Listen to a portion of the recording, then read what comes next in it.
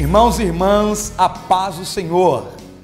É um prazer estarmos mais uma vez juntos para estudarmos a santa e gloriosa palavra do Senhor. Palavra inspirada, palavra revelada, palavra de autoridade. Deus abençoe a você de onde quer que você esteja nos assistindo, através da internet, por meio de seu tablet, celular, computador pessoal, não importa. Muito obrigado pela sua audiência, pelo seu carinho e pela sua companhia. Bem-vindo e bem-vinda.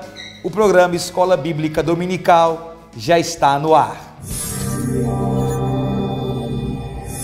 Antes de nós começarmos a lição da semana, nós queremos fazer aquele convite que você que está sempre aqui já ouviu tantas vezes, mas que é necessário. Queremos convidar você a se inscrever no canal ADMP TV, este canal que é uma fonte de bênção para a vida de tantos e tantas espalhados pelo Brasil e pelo mundo afora.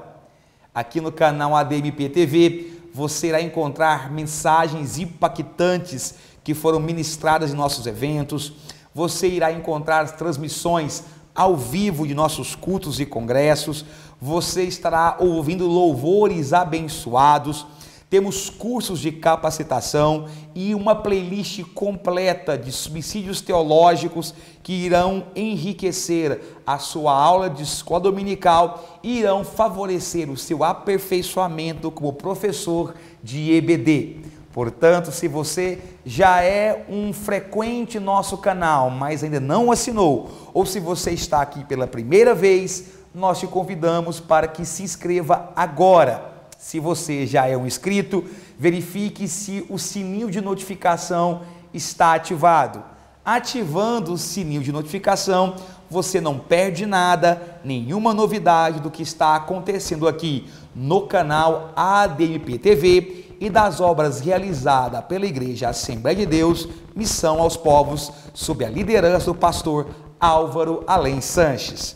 Esse é o nosso convite. Ajude-nos a contribuir cada vez mais para o crescimento do reino de Deus. E a nossa lição é a lição de número 12. Nós estamos terminando o nosso trimestre. Realmente, o tempo passa muito rápido, ou a nossa percepção da passagem dele está cada vez mais aguçada, não? Parece que foi ainda esses dias que nós começamos a estudar esse assunto tão maravilhoso que é batalha espiritual. E a lição 12, ela traz como título Vivendo em Constante Vigilância.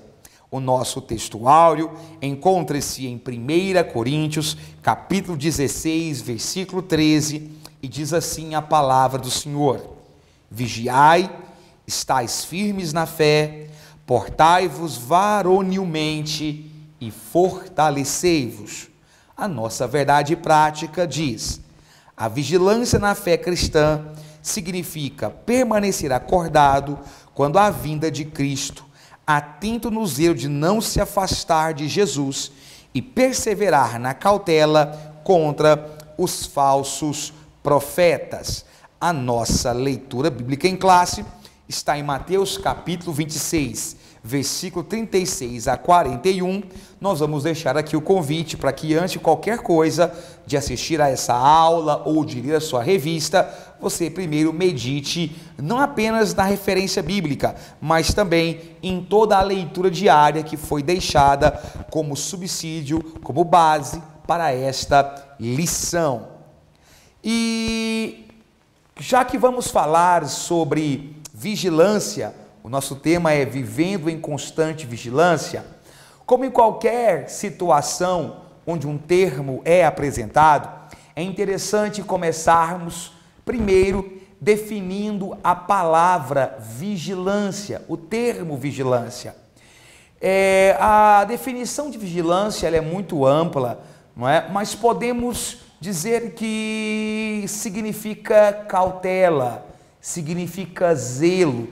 Vigilância significa, é o ato de estar atento, de estar sendo precavido sobre um ato ou qualquer decisão e as suas consequências.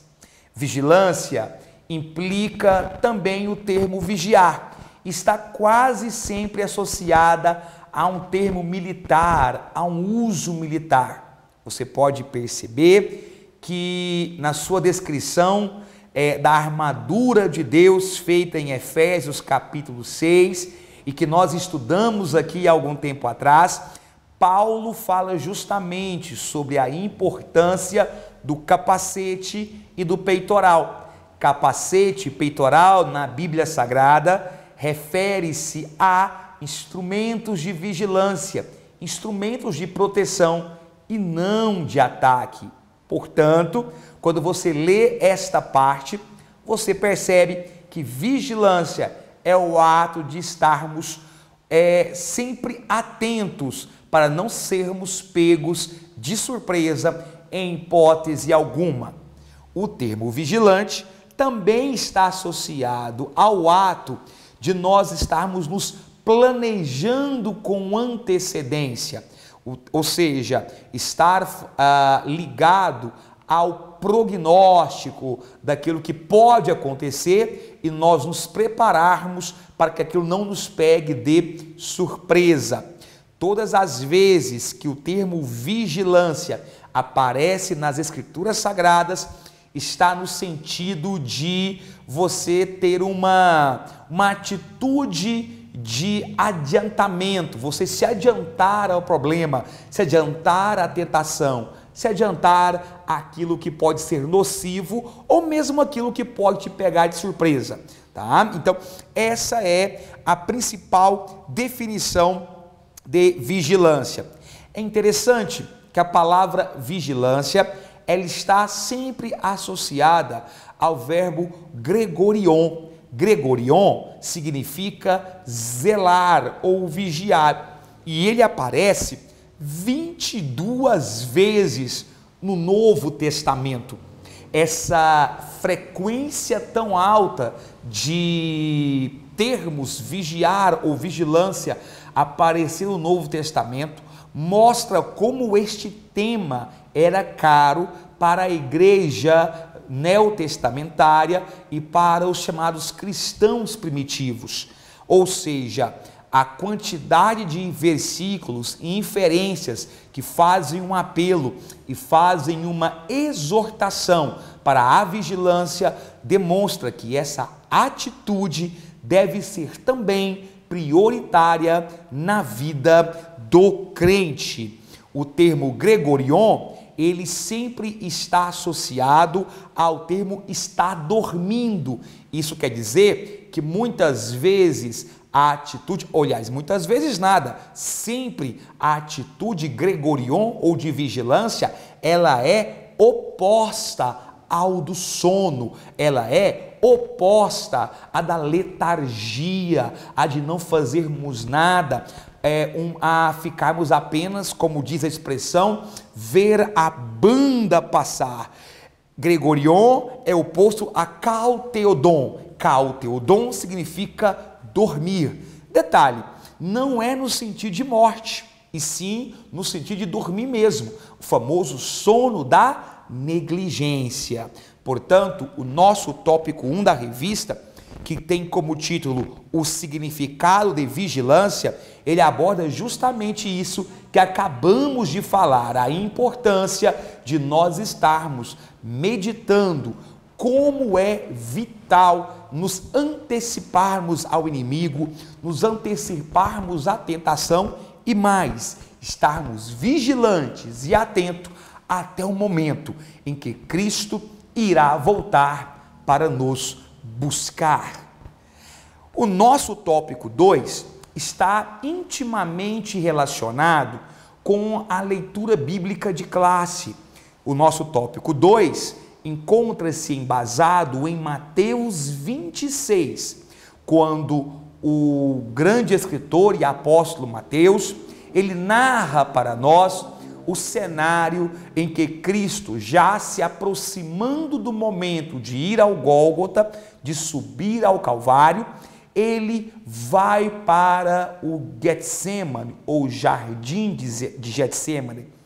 E é importante que, para entendermos o contexto e a base da leitura de referência, a gente olhe para o que estava se descortinando, para o que estava acontecendo naquele momento. Após ceiar com seus discípulos, Jesus Cristo pega 11 discípulos e sobe ao monte, sobe até o Getsemane. O Getsemane é um lugar onde se fabricava azeite. Por isso, Getsemane significa prensa de óleo ou prensa de azeite. Os estudiosos dizem que aquele lugar provavelmente era fechado, ele era circundado, porque dentro dele ficava guardado a prensa do óleo, onde se colocava ali as azeitonas para serem prensadas. Jesus, portanto, vai até aquele lugar, separado de Jerusalém. O Getsemane, ele fica externo a Jerusalém, separado pelo vale de Cedron, e ele, chegando ali, faz duas atitudes. Dos 11 discípulos dele, ele escolhe 3 mais chegados: Pedro e os filhos de Zebedeu, Tiago e João, e chama-os para ir com ele para o jardim orar. Enquanto isso, os 8 discípulos ficariam do lado de fora, vigiando e aguardando o mestre sair. Quando eu olho para essa atitude de Cristo, você percebe uma mudança radical na relação de Cristo com seus discípulos, muito devido ao momento em que ele estava vivendo. Cristo começa a sentir o impacto daquele momento. Jesus começa a sentir o momento da morte se avizinhando, do seu sacrifício, e uma angústia muito grande vai para dentro da sua alma. Os irmãos podem ver isso na própria expressão pela qual ele se refere aos discípulos. Se olharmos para o texto sagrado, você vai perceber que a Bíblia diz que ele começou a entristecer-se. O termo aqui é leipestai. Leipestai é traduzido como dor profunda, dor agoniante. Então, quando Mateus diz que Jesus entristeceu-se profundamente, disse que ele estava sofrendo de profunda angústia. Não há no Novo Testamento outro termo grego com tal paralelismo e profundidade quanto este. Você percebe aqui Jesus revelando as suas emoções, Jesus revelando a sua expressão de tristeza, e ele vira para os seus 3 amigos mais chegados, porque cá entre nós, nos momentos de dificuldade, nos momentos de tristeza, nós procuramos aqueles que são mais próximos de nós. É por isso que a Bíblia diz: em tempos de paz, faça um amigo, porque na angústia terás nele um irmão. Quando olhamos para o momento e as atitudes de Cristo no Getsemane, você percebe que ele chama 3 mais próximos, porque ele queria uma companhia. E ele abre o jogo, ele rasga o seu coração para os seus 3 discípulos mais íntimos. Ele diz: a minha alma encontra-se profundamente triste. O termo aqui é o termo eustranatou, ou helstranatou, profundamente triste. Helstranatou é usado em grego como ênfase para uma dor profunda beirando a morte.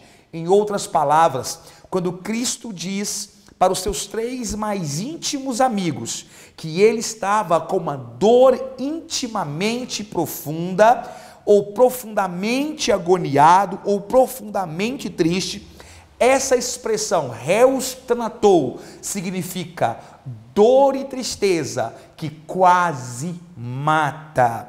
Então, perceba em que estágio de agonia encontrava-se o mestre sagrado.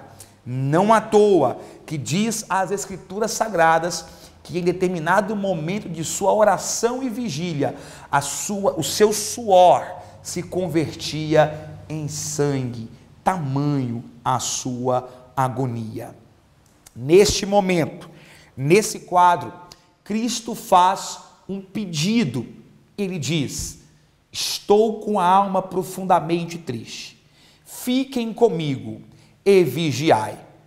D.A. Carson, ao abordar essa temática em seu livro Mateus, uma análise exegética, ele aponta para o fato que vigiar aqui não significava os discípulos ficarem olhando se alguém iria entrar, se alguém iria atrapalhar o momento íntimo do mestre, não. Mas vigiar aqui significa orar com ele, significa passar em vigília, passar de plantão, passar se resguardando com ele, preparando a sua alma.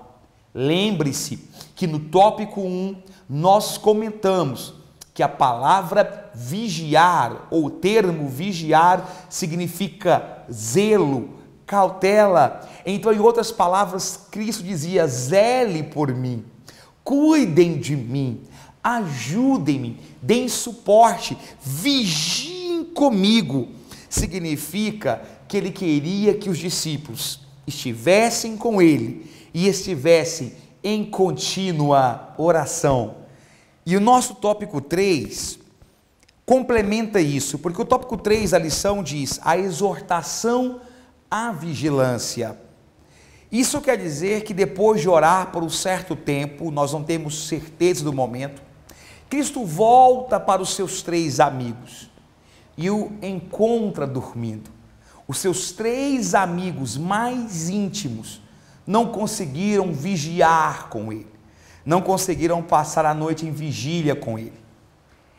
O Evangelho de Lucas, o Evangelho sinótico de Lucas, faz um adendo que Mateus não fala, diz que encontra os discípulos dormindo, mergulhados em profunda tristeza. E aí nesse momento, Jesus faz uma pergunta direcionada a Pedro, no entanto, que abrangia a todos, porque é uma pergunta feita no plural. Nem por uma hora pudestes velar comigo?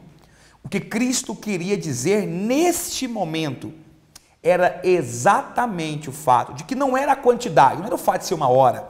Essa uma hora significava talvez uma quantidade mínima, e nos dá a entender que Cristo orou até mais do que isso, porque se usa a expressão ao menos uma hora. Então, o tempo em que Cristo orou foi significativo. Mas ele complementa essa pergunta. Depois de perguntar nem por uma hora pudeste velar comigo, Cristo dá uma exortação: vigiai e orai. Nós já falamos sobre tentação há algumas aulas atrás com o professor Leonardo, e o nosso próximo encontro será justamente sobre a oração. No entanto, é notório que Cristo, ele diz vigiai e orai, redundando, repetindo expressões, uma expressão que ele já havia citado em outros momentos, mesmo em Mateus capítulo 25, que precede o capítulo 26, enquanto Cristo faz o seu último grande sermão, ele já usava a expressão vigiar e orar. Portanto, porque Cristo chamou a exortação, porque Cristo exortou para sermos vigilantes. Para terminarmos a aula, nós queremos dizer que há pelo menos 3 motivos ou 3 aspectos pelo qual a todo momento Cristo nos exorta à vigilância.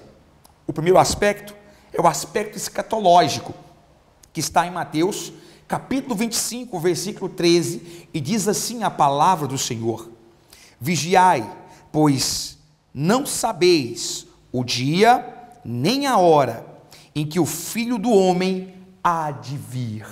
O que nós temos aqui é uma exortação apontando para o fim dos tempos. Em várias passagens, a Bíblia diz que este mundo será pego desprevenido.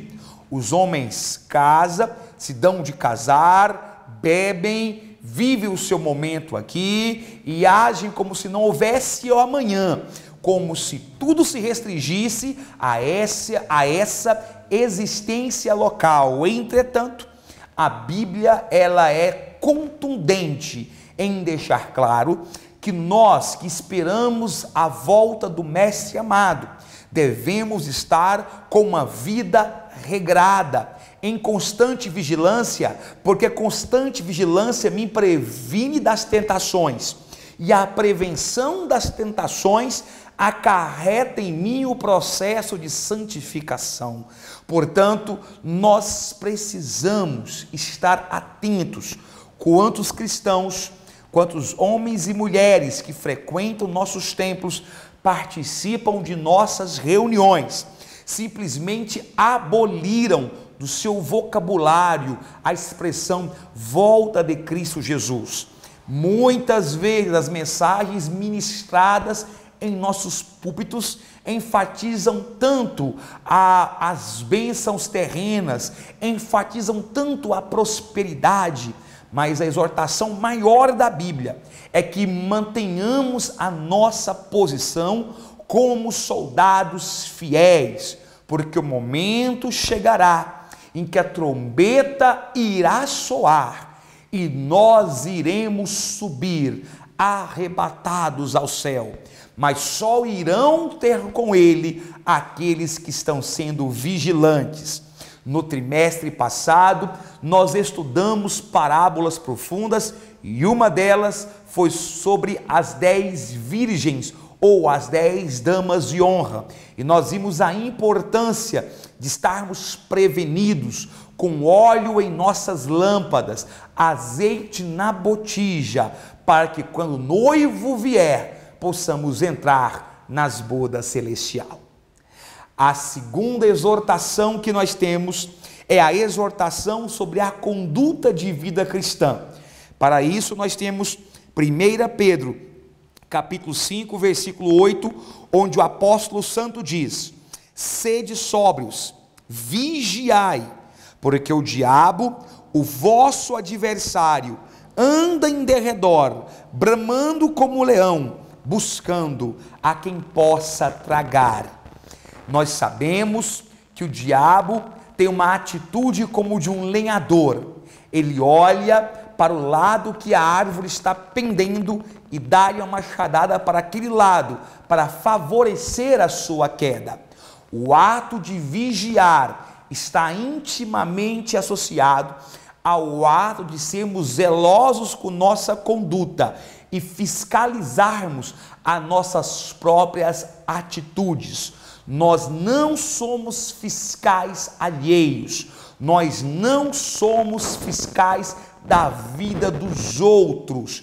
Por isso que o texto sagrado da Santa Ceia diz: examine-se, pois, o homem, a vida do irmão, a vida do outro, do vizinho, do seu líder. Não, examine-se a si mesmo. Eu poderia dizer para os irmãos que vigiai, ou a vigilância no sentido de vida com Cristo, está associado ao zelo por termos uma conduta pessoal, interna, introjada, no sentido de que nós somos vigilantes dessa nossa natureza que se digladia e que luta o tempo todo. Nós devemos alimentar a nossa natureza espiritual para que tenhamos uma vida plena com Cristo. E eu quero encerrar lembrando que a vigilância também está relacionada ao espírito e à carne. Romanos 8, capítulo 4, Romanos 8, versículo 4 até o 6 diz: para que a justiça da lei se cumprisse em nós, que não andamos segundo a carne, mas segundo o Espírito. Porque os que são segundo a carne inclinam-se para as coisas da carne, mas os que são segundo o Espírito para as coisas do Espírito. Porque a inclinação da carne é morte, mas a inclinação do Espírito é vida e paz. Portanto, meu irmão, minha irmã, caro professor que me escuta, é bom sabermos que vigiar é o processo de separação da nossa carne, em que amortecemos a nossa velha natureza, amortecemos a nossa carne e, como seres espirituais, vivemos uma vida plena e de vida para com Deus. A vigilância não é um ato momentâneo, a vigilância não é um ato restrito apenas a esse momento. Ela deve ser constante, ela deve ser algo palpável na vida do crente, linear. Devemos vigiar os nossos olhos, vigiar o que falamos, vigiar até mesmo os nossos pensamentos.